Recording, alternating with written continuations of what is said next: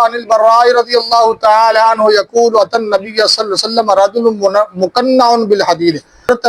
براء فرماتے ہیں کہ نبی پاک علیہ السلام کے پاس ایک مرد آیا تو اس نے وہ جنگی جو ہیلمٹ نما خود تھا، جس طرح ٹوپی ہوتی ہے لوہے کی، وہ پہنی ہوئی تھی. فقال یا رسول اللہ قاتل اسلم، یا رسول اللہ میں لڑوں یا پہلے اسلام لے آؤں؟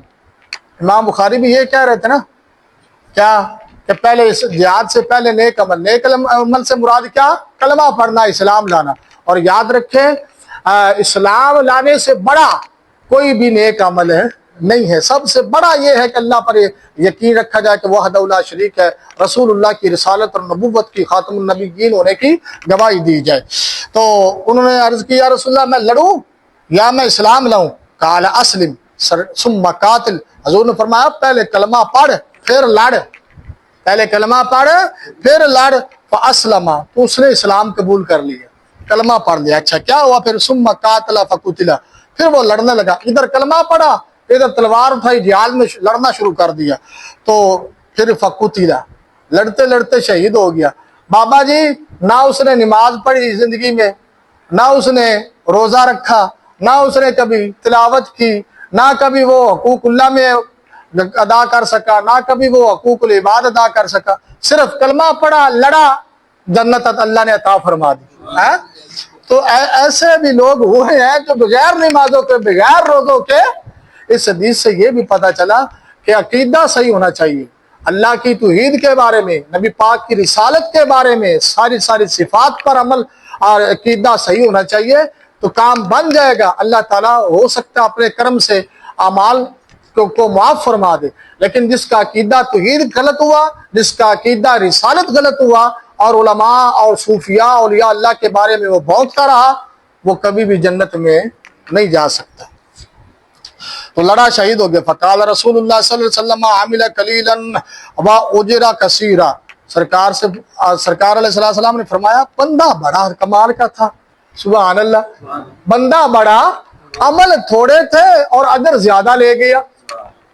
عمل تھوڑا کیا اور اجر، مطلب کہ صرف کلمہ پڑھا اور جنت میں داخل ہو گیا. لوگوں کی زندگیاں گزر جاتی ہیں کلمہ پڑھ کر کے، عمل کرتے کرتے کرتے، پھر بھی پتہ نہیں جنتی ہے یا جہنمی. سرکار نے فرمایا یہ تو پکا جنتی ہے.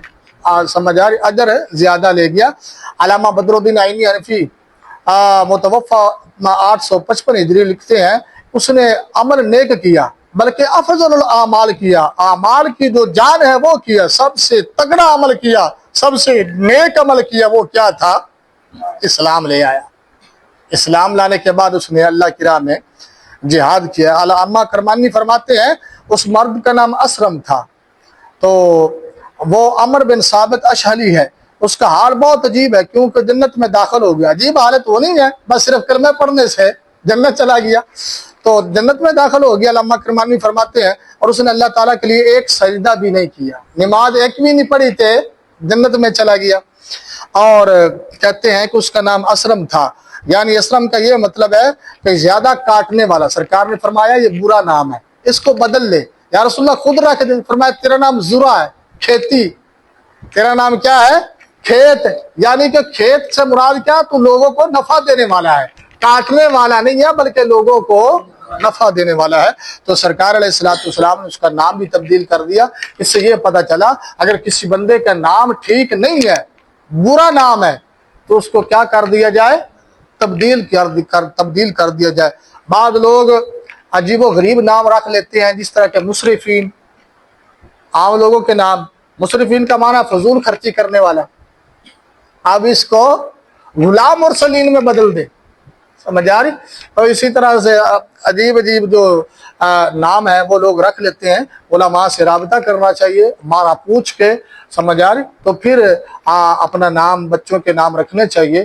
اور یاد رکھے کہ نبیوں کے نام پر اپنے بچوں کے نام رکھیں، اور صحابیات کے نام پر اور نبیوں کے جو مائیں ہیں ان کے نام پر اپنے بچوں کے نام رکھیں. نام کی نسبت کی وجہ ہی بڑی ہوتی ہے کہ اللہ اس کو بخش دیتا ہے. سرکار نے فرمایا نا جس نے میری محبت کی وجہ سے میرا نام اپنے بچے کا رکھا تو فرمایا صرف اسی وجہ سے اللہ اس کے باپ کو بخش دے گا. الحمدللہ رب العالمین.